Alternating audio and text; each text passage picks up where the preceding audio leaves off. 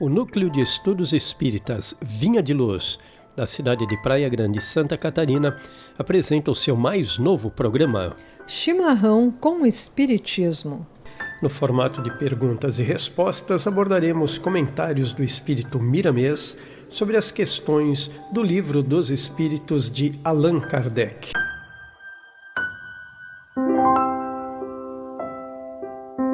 Neste programa abordaremos a questão de número 88.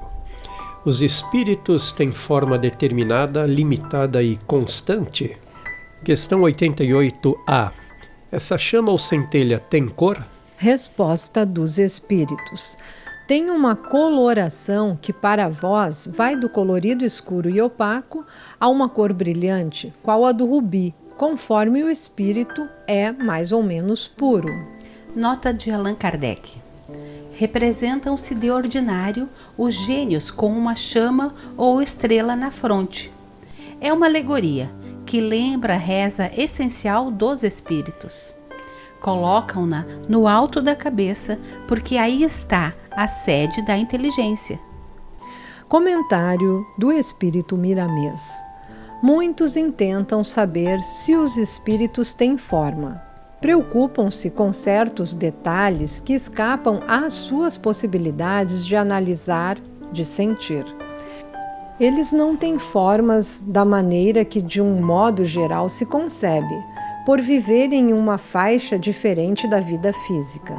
Se tomarem alguma forma para se fazerem reconhecidos, podem mudar imediatamente, na hora que lhes for conveniente.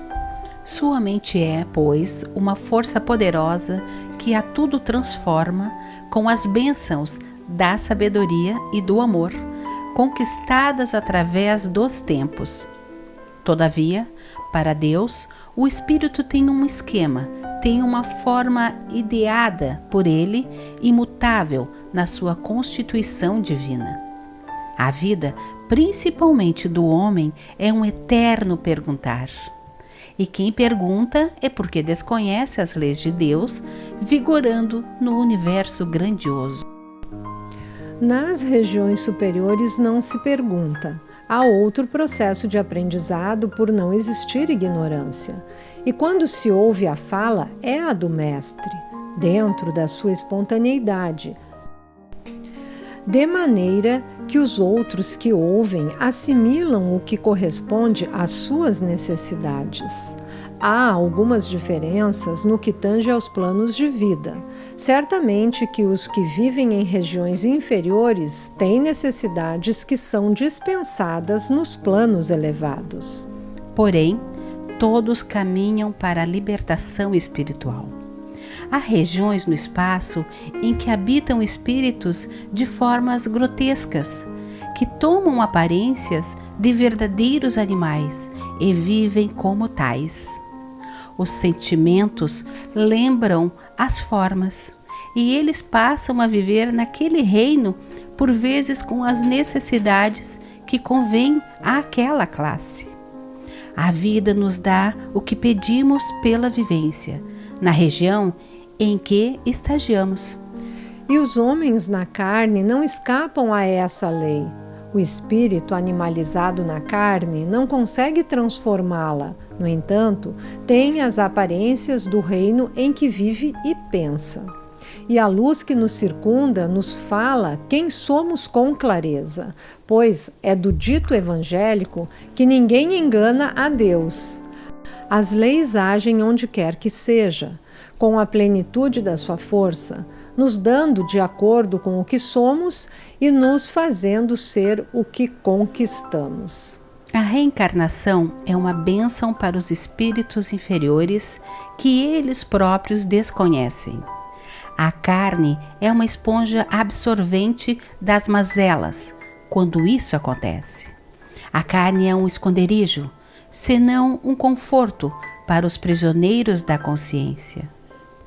É justo que abençoemos o mundo físico mormente quando passamos a conhecê-lo na profundidade dos seus objetivos. O corpo humano, para o espírito, é a bondade de Deus visível aos que não têm olhos para ver o que não se pode ver com os olhos da carne. Os espíritos não têm forma, sob o ponto de vista da forma como pensas. No entanto, é uma chama divina, é uma luz que o dotou de todas as qualidades a serem desabrochadas, de modo a enriquecer a vida, lembrando o seu Criador. Não devemos parar de pesquisar as belezas espirituais. Porém, devemos fazer isso através dos processos ensinados pelo Evangelho, estimulando todas as virtudes no centro do coração, para que essa luz seja um sol a fim de confortar-lhe a consciência.